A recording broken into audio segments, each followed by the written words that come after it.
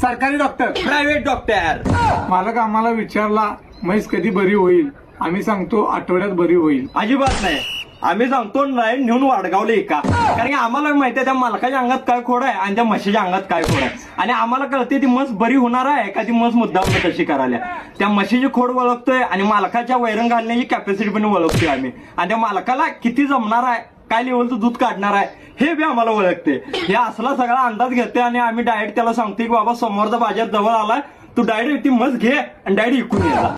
संपला विषय. मी व्हिजिटला आल्यावर मालकाचा व त्या प्राण्याचा विचार करतो. अजिबात नाही. मालकाचा प्राण्याचा आम्ही विचार करत नाही. मालकानं फोन लावलाय, आपल्याला बोलवलाय म्हणजे त्या म्हशीच्या अंगात काहीतरी खोड, त्यामुळे आम्ही त्याला इंजेक्शन मारल्याशिवाय काय तिला हात घालून बघितल्याशिवाय आम्ही जायतच नाही परत.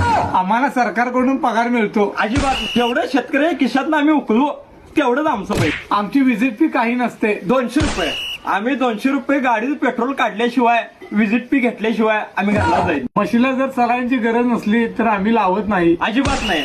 मग जरा घाईला आलेले असले आणि आम्हाला खिशात पैसे नसलं का आम्ही त्या म्हशीला सलाईन लावल्याशिवाय आणि मालकाच्या खिशातले पैसे उकळल्याशिवाय आम्ही घरला जाईल. आम्ही व्हिजिटला गेल्यावर एकाच मालकाची व्हिजिट करतो आणि आमच्या दवाखान्यात परत येतो. अजिबात नाही. आम्ही व्हिजिटला गेल्यावर, एकदा व्हिजिटला गेल्यावर एखादं करतोय व्हिजिट, काय ज्यांना बोलवलाय त्याची तर आम्ही पहिला करतोय, काय लगेच बाजूचा बी येतोय, माझी मत तपासा ती गाव आहे का नाही.